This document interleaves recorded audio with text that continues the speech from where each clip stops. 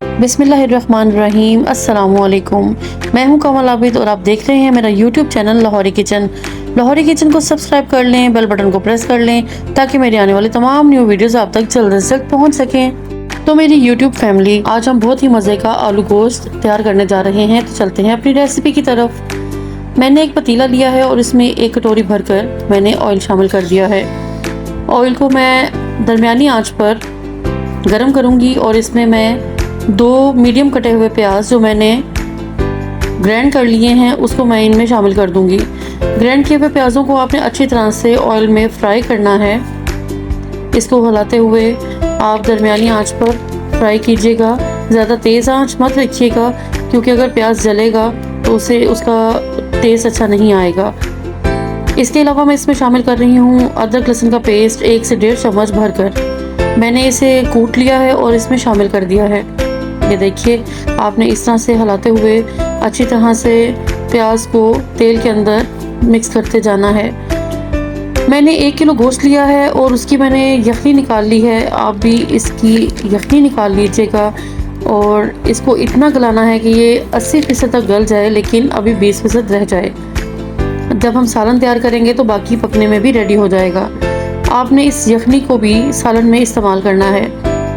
मैंने इसे अच्छी तरह से गला लिया है कि ये 80% तक रेडी हो चुका है। बाकी हम सालन पकाते हुए इसको तैयार करेंगे। अब मैं गोश्त को यखनी से अलग कर लूँगी। अब चलते हैं अपने प्याज और अदरक लहसुन की भुनाई की तरफ। यहाँ पे देखिए, प्याज जो है वो अपना रंग आहिस्ता आहिस्ता चेंज करना स्टार्ट हो गया है और अब हमने इसको इतना ही फ्राई करना है, इससे ज़्यादा फ्राई नहीं करेंगे। इस टाइम पे हम इसमें गोश्त शामिल करेंगे जो कि हमने यखनी से निकाल कर अलग रख लिया था और इस ऑयल के अंदर लहसुन प्याज अदरक के साथ हम इसे अच्छी तरह से फ्राई करेंगे। अच्छा जी, इसी टाइम पे मैं इसमें तकरीबन 1.5 चम्मच नमक का शामिल कर रही हूँ। आप अपने हिसाब से अपनी ज़रूरत के मुताबिक जैसे भी कम या ज़्यादा करना चाहें आप कर सकते हैं। अब मैंने नमक को अच्छी तरह से गोश्त में मिक्स करना है और गोश्त को फ्राई करना है। अब इसी टाइम पे मैं इसको ढक्कन लगाऊंगी पतीले को और तकरीबन 5 मिनट के लिए मैं इसे बिल्कुल धीमी आंच पर छोड़ दूंगी। अब आप इसको ढाँप दीजिए तकरीबन 5 मिनट के लिए बिल्कुल धीमी आंच पर और 5 मिनट के बाद मैं इसको चेक करूंगी। 5 मिनट गुजर गए हैं। अब मैं इसे चेक कर रही हूँ। देखिए, गोश्त से जो ऑयल है वो बिल्कुल भी अलग हो चुका है और हमारा गोश्त जो अच्छी तरह से भुन चुका है। गोश्त का कलर भी चेंज हुआ है और बहुत ही अच्छा लग रहा है और इसकी खुशबू बहुत ही मज़े की आ रही है।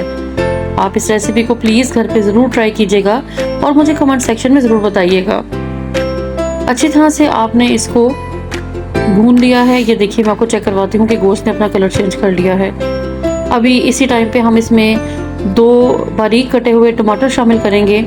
मैंने बड़े साइज़ के 2 टमाटर लिए हैं और इनको मैंने पील ऑफ कर लिया है। पहले मैंने इनके छिलके उतार दिए हैं और मैंने बारीक काट कर इसमें शामिल कर दिया है। अब इसी टाइम पे हम इसमें शामिल करेंगे 3 अदद हरी मिर्चें। आप ज़्यादा या कम भी डाल सकते हैं।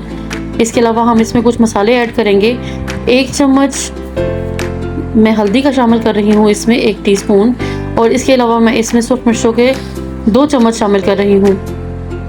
इसके अलावा हम इसमें मोटा कुटा हुआ खुश्क धनिया शामिल करेंगे। इससे इसका खुशबू और टेस्ट बहुत अच्छा आएगा। अब आपने टमाटर तमाम मसालों को और गोश्त के साथ अच्छी तरह से भून लेना है। अभी देखिएगा कि ये इतना मज़े का इसका फ्लेवर आएगा कि आप इस रेसिपी को बनाकर बहुत ही खुश होंगे इंशाल्लाह। हमारा प्याज लहसुन अदरक कुछ भी इसमें नज़र नहीं आएगा, अच्छी तरह से मिक्स हो चुका होगा। हमारा शोरबा बहुत ही मज़े का बनेगा। इस टाइम पे मैं इसमें शामिल कर दूंगी आधा किलो मैंने आलू ले लिए हैं और मैंने इस तरह चकोर में काट कर इसमें शामिल कर दिए हैं। आप इन्हें शामिल कीजिए और अच्छी तरह से गोश्त के साथ मिक्स कर लीजिए। अब हम इन तमाम चीज़ों को आहिस्ता आहिस्ता अच्छी तरह से ऑयल में भून लेंगे। हमारा मसाला रेडी हो रहा है। अभी इस टाइम पर आकर हम थोड़ी देर के लिए दोबारा पतीले को ढक्कन लगाएंगे और कोई 5 से 10 मिनट के लिए मैं इसको ऐसे ही छोड़ दूँगी।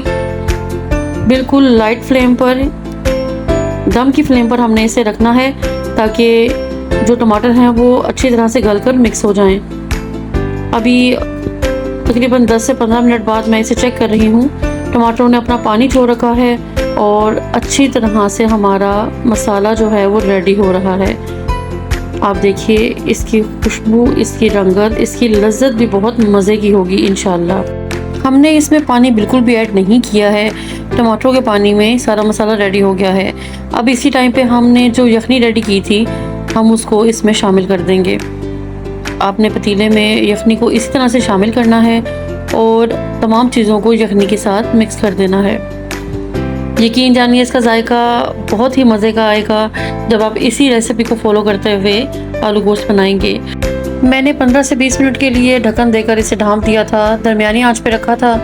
अब देखिए कि जो ऑयल है वो बिल्कुल सेपरेट हो रहा है और इसकी रंगत कितनी खूबसूरत आई है। इसी तरह से इसी टाइम पर आपने इसमें थोड़ा सा गरम मसाला ऐड कर देना है। मैं 3 से 4 चुटकी गरम मसाला इसमें ऐड करूँगी जिससे इसकी खुशबू बहुत ही प्यारी आएगी। रेसिपी को ज़रूर फॉलो कीजिएगा, अपना ख्याल रखिएगा, अपने चाहने वालों का ख्याल रखिएगा, वीडियो को लाइक कीजिएगा और मुझे दुआओं में याद रखिएगा। इसी के साथ मिलते हैं अगली रेसिपी तक। अल्लाह हाफिज़।